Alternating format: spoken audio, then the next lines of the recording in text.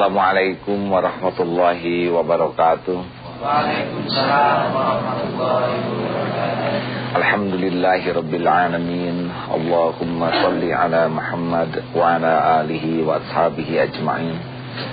Segala puja puji seluruhnya hanyalah milik Allah yang Maha menatap, yang Maha mendengar, yang mengangkat dan merendahkan siapapun yang Dia kehendaki.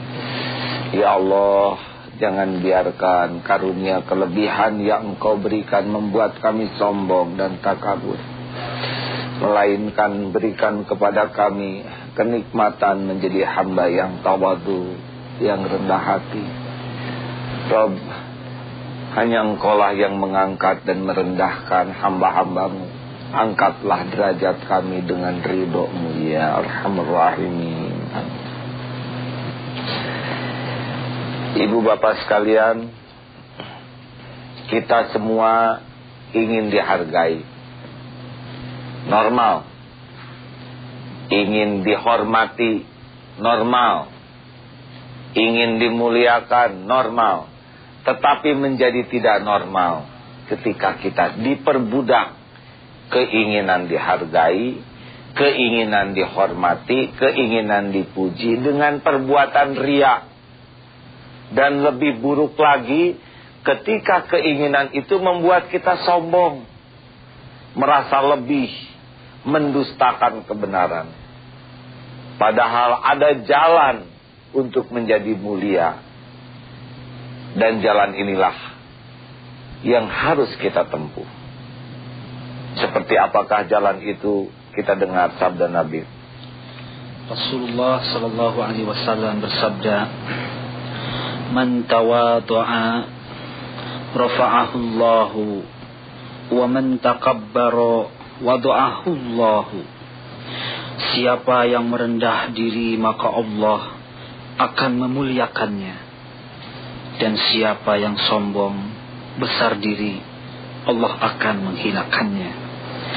Ahli hikmah berkata, "Ijfin wujudaka fi ardil khumuli, fama nabata mimma lam yudfan la yatimma nataijuhu." Tanamlah dirimu dalam tanah kerendahan, sebab tiap sesuatu yang tumbuh tetapi tidak ditanam, maka tidak sempurna hasil buahnya. Pohon yang akarnya menghujam ke dalam tanah kokoh, ditiup angin, dihempas topan, diterjang badai, tetap kokoh. Tetapi pohon yang akarnya tidak menyentuh tanah, disiram air goyang, dihempas angin rusak, diterjang badai hancur. Apakah artinya? Kalau ingin menjadi pribadi yang kokoh, maka kuncinya tanamlah diri ini di bumi kerendahan hati. Bukan rendah diri, rendah hati. Hujamkan, makin rendah hati, makin dinaikkan. Karena seperti pipa U, makin rendah hati, makin dimuliakan. Makin tinggi hati, makin dihinakan. Waman tawadhu'a rafa'ahu Allah. Barang siapa yang rendah hati, Allah yang meninggikan. Dan yang takabur, Allah yang akan merendahkannya. Oleh karena itu, jalan menuju kemuliaan, jalan menuju orang yang ditinggikan derajatnya oleh Allah, kuncinya adalah kita harus menjadi orang-orang yang tawadu, orang-orang yang rendah hati. Kesombongan, ketakaburan adalah jalan paling pintas yang menghinakan diri kita. Kerendahan hati, itulah jalan utama yang membuat kita akan mulia dunia dan insya Allah akhirat kelak.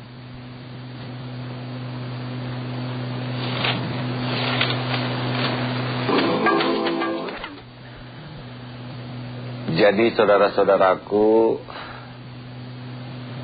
kelebihan yang membuat sombong itu menjadi sebuah kekurangan besar. Kita diberi kelebihan rezeki, kemudian kita menjadi takabur, itu juga menjadi kekurangan. Kita dinaikkan kedudukan oleh Allah, kita menjadi petantang-petenteng, jadi kekurangan.